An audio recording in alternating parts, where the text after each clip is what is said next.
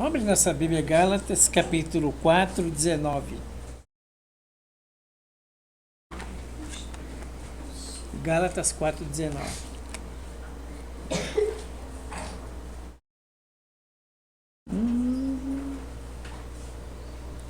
Diz assim, Gálatas 4, 19, Paulo escrevendo à igreja, né? Diz assim: E meus filhos, porque de novo sofre dores de parto, até que Cristo seja formado em vós. Ele está falando de um processo da formação de Cristo na vida de uma pessoa, né? E ele está falando aqui, meus filhos, por quem de novo sofre dores de parto. Quer dizer que ele não sentiu só uma vez, de novo está sentindo dores de parto. Por quê? Porque ele está numa igreja muito difícil. Ele está numa igreja que tem muito problema. Ele está numa igreja que tem muita dificuldade. Principalmente com falso ensino. O apóstolo passava na cidade, depois ficava 3 anos fora, 4 anos. Quando ele voltava, a igreja estava com a cabeça virada. Falso ensino. Falsos apóstolos tinham entrado dentro da igreja, né? Falsos líderes tinham entrado dentro da igreja. E eles aceitavam aquilo. Uma igreja não tinha muita prostituição, porque a própria cidade era uma cidade de prostituição. A influência de prostituição era muito grande, onde Paulo fundou essa igreja dos Coríntios. Então a igreja muito difícil, tinha muita divisão, muita fofoca, muita facção, que não faltava aquela fofoca nessa igreja. E o Paulo está lá, pregando o evangelho, ele está falando, meus filhos, porque de novo eu sofro dores de parto, até que Cristo seja formado em vós. Irmãos, Cristo precisa ser formado em nós, precisamos crescer espiritualmente. Agora, quem dá essa permissão é você, é uma coisa pessoal. Se eu quero que Cristo seja formado em mim, é uma coisa pessoal minha. Eu tenho que viver uma vida de renúncia. Eu tenho que renunciar à minha carne para que Cristo seja formado em mim. Eu tenho que ter experiências com Deus para que Cristo seja formado em mim. É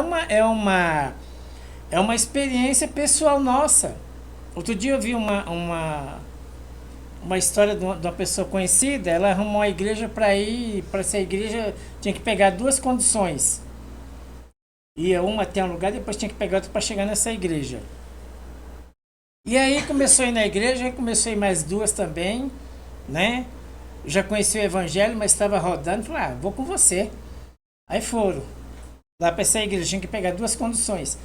A primeira que foi e levou, migrou para um outro ministério. Aí separou tudo e as 2 deixaram de ir na igreja. Então tem gente que fica arrumando problema onde a coisa é fácil. Como é que você vai sair daqui para você ir na igreja que tem que pegar 2 condições? O culto lá acaba 10h30, 11 da noite. Como é que você vai se virar? Você tem dinheiro para pagar todo dia Uber? Aí sim, se você tem dinheiro para pagar todo dia com Uber, vai, né? Senão você vai fazer um sacrifício em vão. Vai fazer um sacrifício em vão. É a mesma coisa a pessoa vir lá de Itaquera e falar, eu quero ir na igreja semeador. Como já aconteceu, lembra do Dinho, né? Vocês lembram do Dinho? Eu falava, Dinho, você não vai conseguir vir aqui não. Isso aqui eu tenho ministério, eu tenho chamado, eu tenho que vir. E meus horários não batem com o seu, nem sempre eu posso trazer você. Você não vai conseguir ficar aqui congregar aqui, não, mas eu quero, que é legal. E no fim não dá em nada. Essas coisas não dão em nada. Nós precisamos parar de complicar o que é fácil. Cristo é fácil, nós complicamos as coisas. Então nós precisamos um pouquinho, né, parar, amadurecer e parar de complicar aquilo que é fácil. Às vezes é fácil, Deus resolve, mas fica complicando as coisas. A gente complica as coisas, né? Às vezes é fácil Deus resolver, a gente fecha a boca, Deus resolve. A gente faz um jejum, Deus resolve. A gente faz um horário maior de oração, Deus resolve. Mas a gente fica complicando as coisas, a gente complica aquilo que é fácil. Não era mais fácil a irmã procurar a igreja pertinho da casa dela e falar, vou congregar aqui, eu gostei daqui, eu vou. Principalmente se estiver pregando a palavra, que é essencial. Aqui está pregando a palavra de verdade, então eu vou ficar por aqui mesmo. Então fica complicando coisa que é fácil, o próprio crente torna difícil. E isso é uma decisão nossa, eu quero que Cristo seja formado em mim. Então, seja eu falando aqui, você já sabe o trabalho que vai dar para que Cristo seja formado em você, em mim. Você já vai saber no trabalho que nós vamos ter. Nós estamos falando de uma formação de Cristo dentro de nós. E nós temos que dar essa permissão para o Espírito Santo gerar Cristo em nós. E a partir do momento que a gente dá essa permissão, vem dor, vem dificuldade, vem alegria, vem tristeza, vem tudo. Numa casa, quando a mulher fica grávida, ela não só sente alegria, ela sente enjoo, ela sente dores, ela vai sentir dor de parto. Depois dela ter a dor de parto, ela vai sentir muita alegria por um filho que ela deu à luz, depois.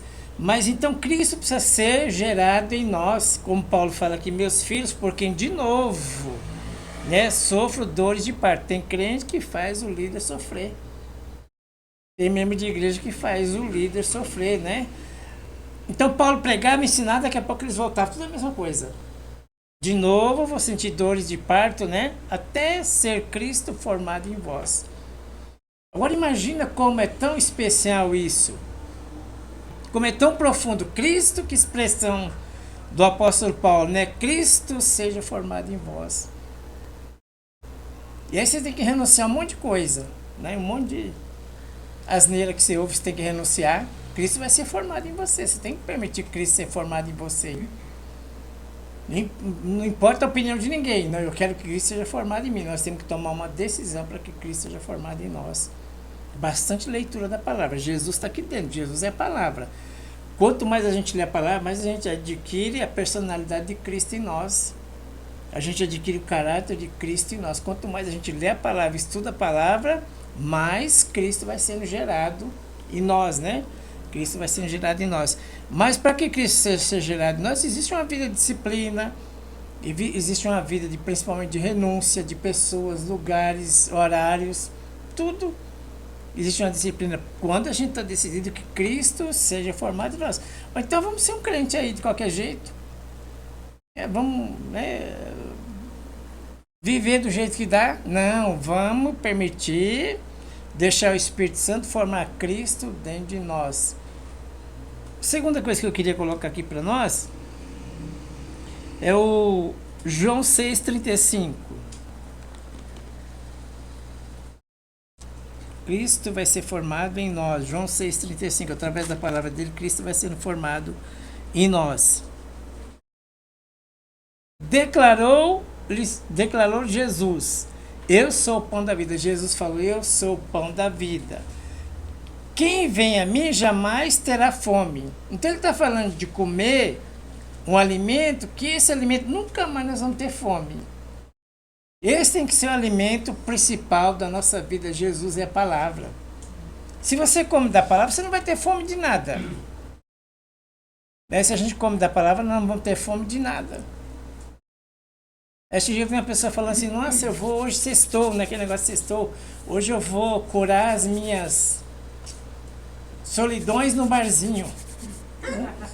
Irmão, Deus, graças a Deus, Deus nos livrou disso. A nossa mentalidade é outra. Sextou, hoje eu vou curar minha solidão no barzinho. E assim, doido para ir pro barzinho. Você vai, mas a volta que é difícil. Aí você vai. Volta morrendo. O outro dia que é difícil, vem a ressaca e sem dinheiro. Ressaca sem dinheiro, mas tem uma coisa que dói mais do que ressaca e dinheiro. A solidão profunda, a depressão é mais dolorida. Então você vai no barzinho, vai conversar, tomar lá os negócios, e na volta que você vai ter que enfrentar a realidade de novo. Né? Você vai enfrentar a realidade de novo. Então Jesus falou: se você comer desse pão, você vai ter fome. Se você comer só o pão da casa própria, você vai ter muita fome. Você vai ser mais miserável que todos os homens, porque só depende de coisas dessa terra. Se a gente comer o pão só do dinheiro, nós vamos ter fome. O único pão que vai saciar a nossa fome é Jesus, é a palavra de Deus. Primeiro a gente come desse pão. Depois, as demais coisas serão acrescentadas. Se a gente comer do outro pão primeiro, o que vai acontecer? Nós vamos ter fome. Primeiro esse pão que declarou, pois Jesus: eu sou o pão da vida. Nós precisamos comer o pão da vida. O que é aliança com Deus, renovo com Deus, comunhão com Deus? Estamos comendo do pão da vida, a palavra de Deus. Quem vem a mim jamais terá fome. Nós vamos ter fome de nada, não vai faltar nada. Em todas as situações adversas nós vamos ter alegria, porque a nossa fome vai estar saciada, porque nós comemos do pão da vida. Então, esse pão aqui, nada pode saciar a vida do ser humano por completo. Então não é relacionamento, né, que vai saciar a vida do ser humano por completo. não é casamento, não é filho, não é casa, não é vida material, não é nada pode saciar a vida do ser humano. Se ele não buscar Deus, ficar só com essas coisas, vai ter fome. Vai padecer fome, muita fome espiritual. E uma das maiores dores que tem é a fome espiritual. Quando a nossa alma está triste e abatida, é uma dor muito grande. Quando a alma está sangrando, é uma dor muito grande. Então, nós precisamos comer do pão que é Jesus. Nós precisamos deixar Cristo ser formado. E nós vamos sentir dor de parte se a gente quiser que Cristo seja formado. Nós vamos. Sentir, vai mexer tudo aqui por dentro. Vai mudar tudo. Até que Cristo seja formado em nós. Nós temos que comer primeiro desse pão aqui. Primeiro esse pão. Depois, as outras coisas, Deus vai acrescentando. Mas nenhum ser humano, ele vai ser preenchido por completo se ele comer só o pão material. Isso enjoa. Daqui a uns dias isso estraga, isso dá problema, isso dá dificuldade. Então precisamos comer desse pão que é Jesus, que é a palavra de Deus, até que Cristo seja formado em nós, né? Então está falando de uma formação espiritual. E como deve ser legal a vida de uma pessoa formada em Cristo, ou Cristo formado dentro dela. As suas ações são diferentes, seu modo de agir são diferentes, seu modo de responder é diferente, tudo é diferente de uma pessoa que tem Cristo formado nela. Seus pensamentos, a sua mentalidade, tudo é diferente. Né? Se a pessoa vê solução para tudo, passa por luta, dificuldade como todo mundo, mas ela sempre vê uma solução. Por quê? Porque ela se alimenta do pão que sacia a alma, sacia o espírito. Não é só o pão, né, do tijolo. Ela se alimenta do pão da vida. Então Jesus falou, pois Jesus declarou, pois Jesus, eu sou o pão da vida. Então, o pão que vai me dar vida é a palavra, não é outro pão. Outro pão vão suprir minhas necessidades. Essas são secundárias. Agora, a prioridade é o pão da vida. Comemos do pão da vida, as outras coisas vão acontecer. Primeiro, a bênção acontece no mundo espiritual. Se a nossa alma estiver próspera, todas as outras coisas vão prosperar, nós vamos crescer. Mas a nossa alma precisa estar próspera. E as outras coisas nós vamos crescendo, né? Nós vamos conquistando. 2 Coríntios 1, 24.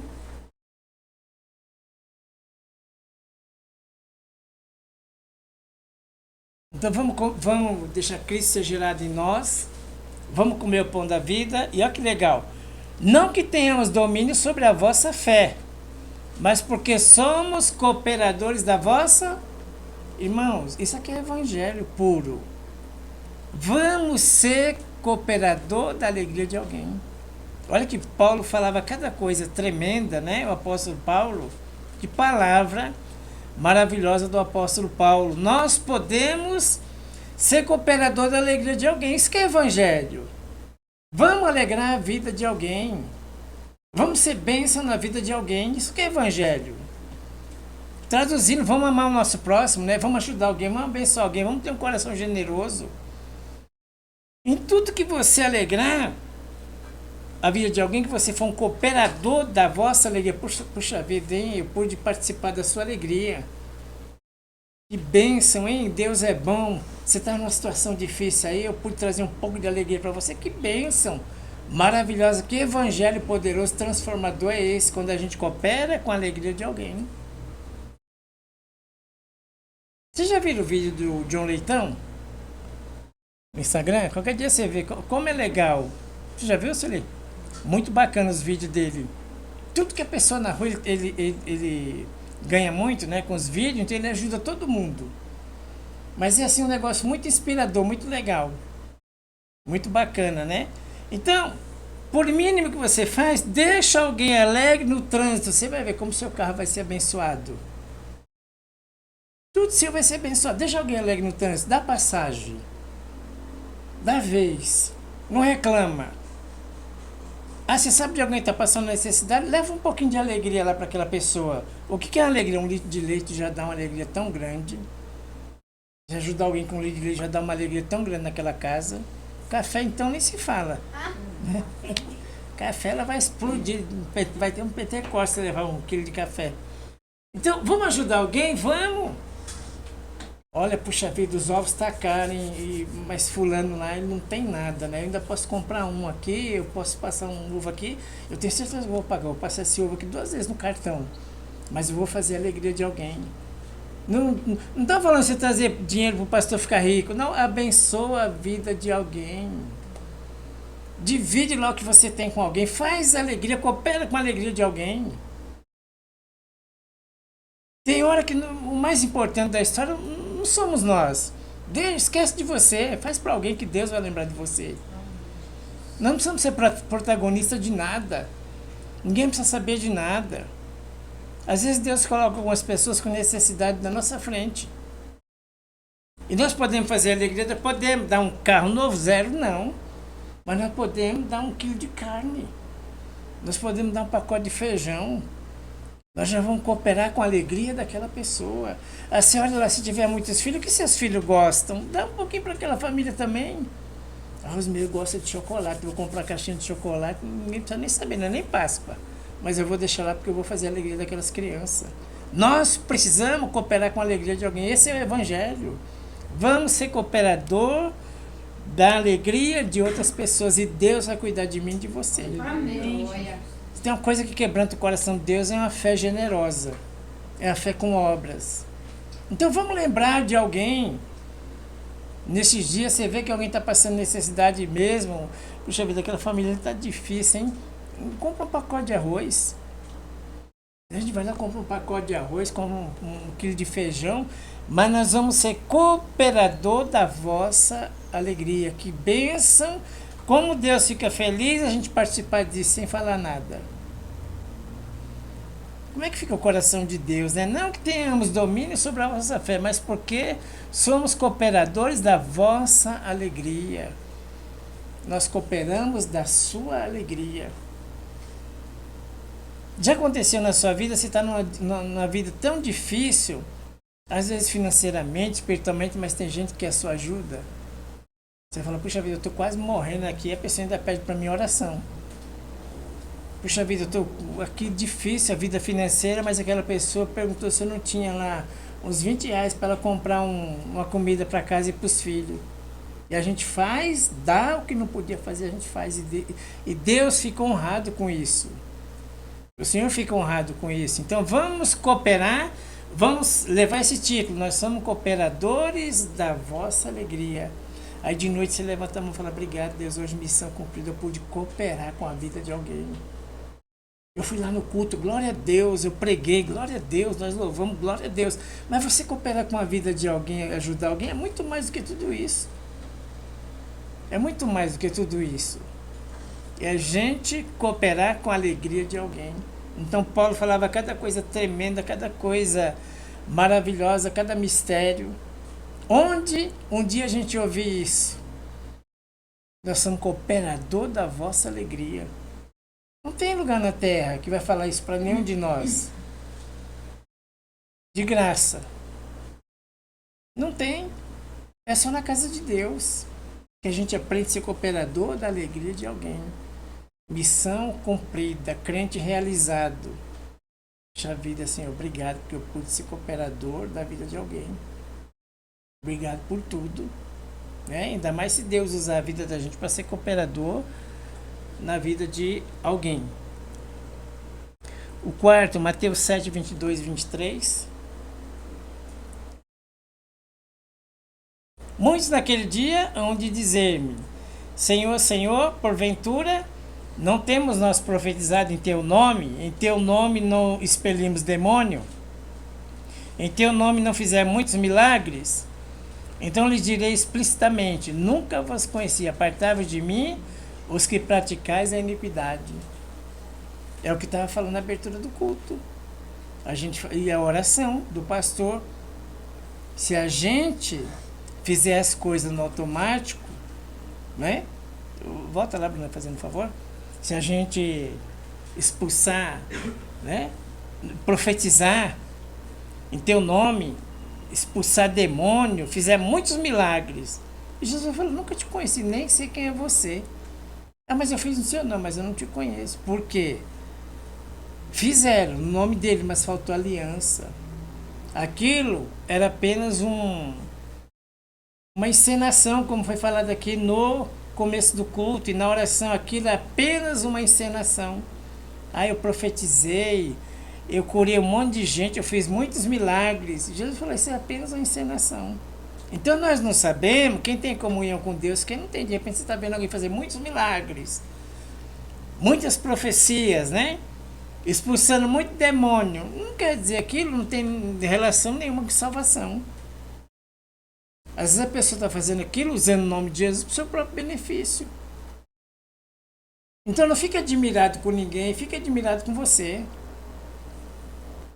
Você com a sua comunhão com Deus, né? Nós não podemos ficar na encenação. Como na continuação da palavra de sexta-feira, não precisa de título, não precisa de nada. Aqui tinha título sobrando. Era profeta, né? Era profeta, expulsava muitos demônios, né? Demonstrava um poder muito grande, fazia muitos milagres, mas essas pessoas não tinham nada a ver com Deus. Então não são os sinais, é a palavra, fique na palavra. Não são os sinais. Se os sinais acontecerem, glória a Deus, eles existem. E Jesus manda a gente crer neles. Mas, a partir do momento que a igreja só fala em dinheiro, já perdeu tudo isso. É dinheiro de dia, de tarde, de noite. É dinheiro toda hora. Já saiu da essência da palavra. Mas nós fizemos tanta coisa, não, a gente conhece. Eu não vou subir pro primeiro andar, não, você vai descer lá pro subsolo. Porque perdeu a essência, está vivendo de encenações. E hoje nós temos uma igreja que só vive de encenações. Ah, mas é muito grande, é tanto milagre, é tanta coisa. Vamos preferir a palavra, vamos escolher a palavra. Né? Vamos escolher a palavra. Se tudo que eu for pregar for terminar em dinheiro, você cai fora. Tudo que quando esse espírito toma conta da vida de um líder, tudo que ele vai pregar termina em dinheiro. Tudo. O mamão não consegue, né, deixar ele em paz. Tudo tem que terminar em dinheiro. Põe uma ganância no coração do homem que tudo tem que terminar em dinheiro. Tudo tem que terminar em dinheiro. Então, fizemos muitas maravilhas, mas você estava só encenando. Né? A gente estava na igreja só de encenação, só. Mas não tinha aliança com Deus, não tinha vida com Deus. Então vamos, irmão, procurar a palavra, né? A melhor coisa é a gente procurar a palavra. O João 6, 22 ao 26. No dia seguinte, a multidão que ficara do outro lado do mar notou que ali não havia senão um pequeno barco e que Jesus não embarcara nele com os seus discípulos. Tendo eles partido sós. Entretanto, outros barquinhos chegaram em Tiberíades, perto do lugar onde comeram pão, tendo o Senhor dado graças. Quando, pois, viu a multidão que Jesus não estava ali, nem seus discípulos, tomaram o barco e partiram para Cafarnaum à sua procura. E tendo encontrado do outro lado do mar, lhe perguntaram: Mestre, quando chegaste aqui? Ele respondeu Jesus: em verdade vos digo, que me procurais não porque viste sinais. Não vamos procurar Jesus porque nós vimos sinais. Vamos procurar porque nós temos comunhão com Jesus, nós amamos Jesus. Vamos amar Jesus e as outras coisas Deus vai fazer. Amém. Vamos primeiro procurar o pão da vida, vamos procurar primeiro Jesus. O que adianta a gente ter um monte de coisa material e doente por dentro? A alma doente, o sentimento doente. Vamos procurar primeiro cura, vamos procurar Jesus e as outras coisas Ele vai acrescentando. O dia a dia Deus acrescentando. Respondeu Jesus: em verdade vos digo, vós não me procurais, não porque viste sinais, mas porque comeste dos pães e vos fartaste. Quem come do pão da vida não tem fome de nada, não sente falta de nada. Não tem inveja, não tem competição. Ah, tá dando confusão aqui, eu e seus pastores. Escolhe aí, quem come pão da vida não tá... Esses negócios aí, nesses rolos, não escolhe. Se for para a direita, eu vou para a esquerda. Se for para a esquerda, eu vou para a direita. Escolhe você. Quem come do pão da vida vive em paz, vive tranquilo. Quem come do pão da vida confia em Deus. Ah, nós somos 400, mas tem mais 400, eles são 800 contra você, hein, Elias? Vamos fazer um sacrifício lá. Não vai vocês primeiro. Quem tem aliança com Deus vive em paz, vive tranquilo, sossegado. Desfruta da paz de Deus. No mundo tereis aflições, mas minha paz vos dou. Nós vamos ter aflições, mas vamos ter a paz de Jesus. Não é só aflição que Jesus falou que nós vamos ter a paz dele. Dentro do nosso coração vamos ter problema, lutas e dificuldades, nós vamos ter a paz dele. Ah, tá uma briga de pastor, vai, ao lado que você for, Deus já me deu a vitória. Ah, nós somos 800, você é um só, não vamos te quebrar lá no monte. Não, vai vocês primeiro, Deus já me deu a vitória. Antes eu conhecia Deus, já ouvi falar, hoje eu conheço Deus, já andar com Ele. Deus já te deu a vitória. Fica em paz, fica tranquilo. Deixa o inimigo jogar na sua frente, pensar que está ganhando. E você está buscando a Deus. Cristo está sendo gerado em você. Você comeu do pão da vida. Você é uma pessoa que você coopera com a alegria dos outros. Faz isso. Vê se Deus não derruba teu inimigo na sua frente. Coopera com a alegria dos outros. Abençoa os outros. Seja generoso, né? Abre os seus olhos e veja a necessidade dos outros. Vê se Deus não derrota os nossos inimigos na nossa frente. Então vocês estão me procurando agora, não é mais por causa do sinal, não. Vocês estão me procurando porque vocês comeram do pão da vida. Não é mais por causa dos sinais. Eu saí de lá, estava aqui com vocês, eu atravessei o mar e vim para cá. E vocês vieram atrás de mim. Vocês querem saber de mim, quer ter relacionamento comigo, não é mais por causa de sinais, de milagres. É porque vocês querem desenvolver um relacionamento comigo, de amor, de amizade, de paternidade com Deus. E as outras coisas, Deus vai acrescentando. As outras coisas, o pão material, se a gente comer dele, vamos ficar com fome. Mas se a gente estiver saciado com Cristo, tudo vai estar bom. O dia que tem tá bom, o dia que não tem tá bom. Tudo vai ser bom. Todo dia vai ser maravilhoso. O dia que tem, o dia que não tem. O dia que tá doendo a alma, o dia que tá doendo o espírito. Tudo vai ser bom. Tudo de Deus vai ser bom. A única coisa ruim na nossa vida é o pecado. Mas qualquer prova que Deus manda é boa. É para edificar, para a gente crescer, para a gente se conhecer. Para a gente se tornar gente de verdade. Para a gente sair da encenação. Então tudo que Deus manda é bom. E nós vamos desfrutar da presença de Deus. Vamos, né? Comer do pão da vida. Tem mais um, Bruno, não? Ah, não passei não, né? Tá bom, então é isso, irmãos. Vamos deixar que Cristo seja gerado em nós, em nome de Jesus. Amém?